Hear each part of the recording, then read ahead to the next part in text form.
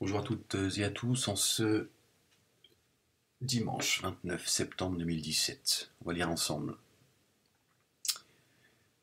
Inch'Allah, l'article sur RTL.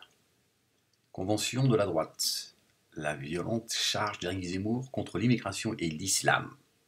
Les choses sont très claires, il fait l'amalgame avec l'immigration et l'islam, ce qui veut dire que ceux qui sont nés ici, ils passent leur temps à les humilier, comme moi par exemple. Qu'est-ce que j'ai à voir avec l'immigration, Éric Zemmour, avec ta gueule de chameau. Qu'est-ce que j'ai à voir avec l'immigration? Qui organise l'immigration? Zemmour. C'est de cela dont tu ne veux pas parler. C'est qui l'organise, cette immigration? Qui organise cette immigration? Le polémiste récemment condamné pour incitation à la haine religieuse, il en a rien à foutre, c'est le coup de quoi lui? Une pièce, un pourboire, a livré un discours apocalyptique, comparé d'ailleurs avec toute la haine qu'il distille. Moi ça fait 15 ans que je le dénonce, Zemmour. Je ne m'étais pas trompé une fois encore. Il a livré un discours apocalyptique en s'en prenant violemment à l'immigration et l'islam en ouverture, et ce sont les idiots utiles de ceux qui prétendent combattre. De la convention de la droite, ce samedi 28 septembre. Donc il y en a marre d'être tolérant et patient avec certains. Éric Zemmour vend debout contre les immigrés et l'islam. Le polémiste a ouvert la réunion ce samedi 28 septembre à Paris, autour de l'ancienne députée extrême droite Mariale Maréchal Le Pen, en quête d'une alternative à Emmanuel Macron, en lançant une violente charge. Éric Zemmour fait clairement de la politique, et CNews, après qu'il a été condamné, va lui redonner une chronique. Lui, il peut faire de la politique en tant que chroniqueur. Voilà. Par contre, le musulman, il faut qu'il ferme sa gueule. Il exprimait lors d'une convention de la droite à Paris, il s'exprimait lors d'une convention de la droite à Paris, réunissant plusieurs représentants de la droite conservatrice et identitaire, récemment condamné pour provocation à la haine religieuse. Éric Zemmour, qui était à Perpignan lundi aux côtés du député RN, Louis Alliot, a jugé que les problèmes aggravés par l'immigration sont aggravés par l'islam, c'est-à-dire les musulmans, on est bien d'accord.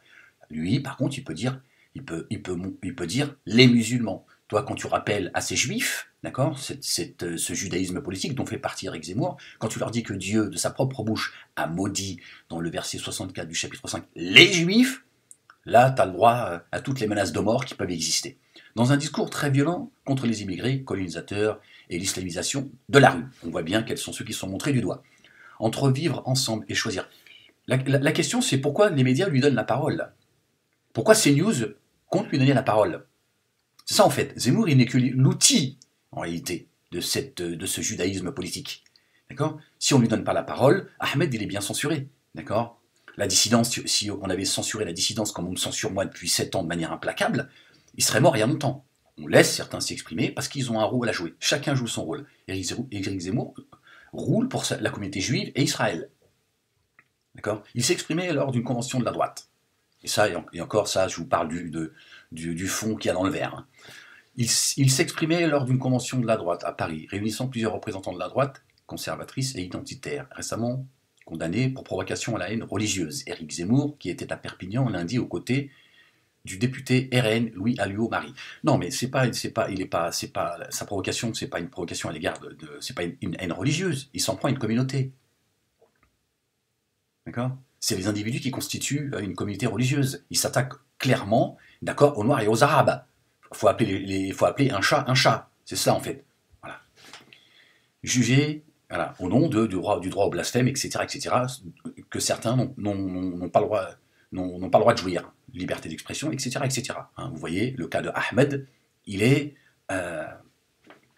évident. Alors, voilà, alors, en vivre. Entre vivre et vivre ensemble, il faut choisir, a-t-il dit, en citant Renaud Camus, adepte de la thèse complotiste et controversée du grand remplacement. Oui, mais il est gentil, Renaud Camus. Qui a organisé le grand remplacement avec des gens comme Zemmour, avec des Rissen, etc., qui font semblant finalement de combattre ceux qui organisent l'immigration, mais qui leur tapent dessus quand ça leur sied. Parce que Rissen, quand il est monté au créneau, c'est pour soutenir Marine Le Pen qu'il le fait. Voilà, les Européennes, elles arrivent, c'est reparti. Début septembre, j'avais dit à mes proches, je vais aller voir la banlieue, l'islam et tout, hop, c'est reparti. Bon, je connais le mec.